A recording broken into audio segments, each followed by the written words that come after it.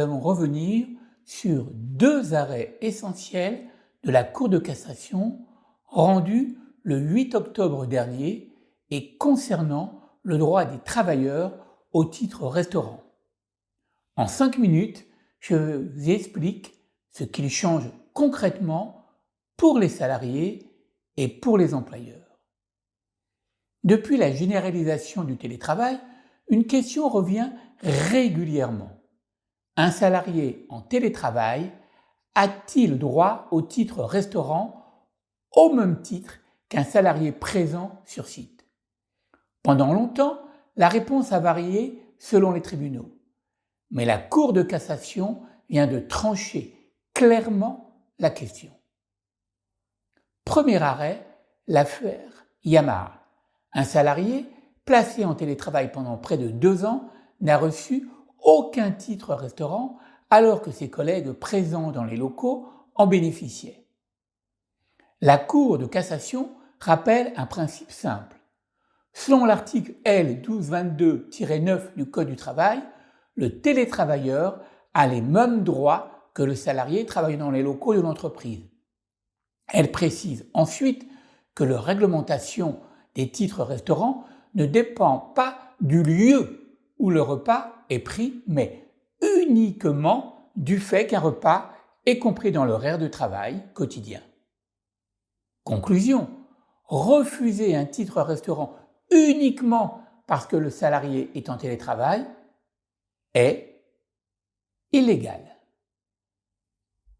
Deuxième arrêt, l'affaire Essette. Dans cette entreprise, les salariés du siège avaient un restaurant d'entreprise, tandis que d'autres, dont certains en télétravail, recevaient des titres restaurants.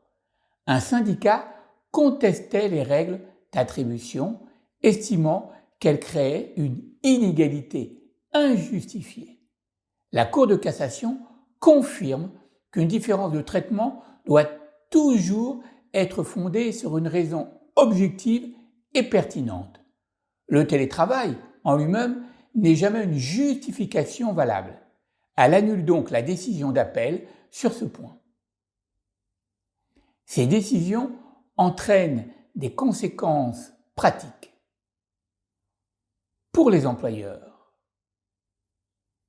vous devez bien revoir vos règles d'attribution des titres restaurants, vérifier les accords sur le télétravail et s'assurer qu'aucune différence de traitement ne repose uniquement sur le télétravail. Pour les salariés et leurs représentants, si leurs horaires incluent un repas, ils doivent recevoir un titre restaurant comme leurs collègues présents sur site. En cas de refus injustifié, ils peuvent demander une régularisation. En résumé, les arrêts du 8 octobre posent un principe clair. Le télétravail ne peut jamais justifier à lui seul la suppression des titres restaurants. L'égalité de traitement s'impose sauf justification objective et documentée.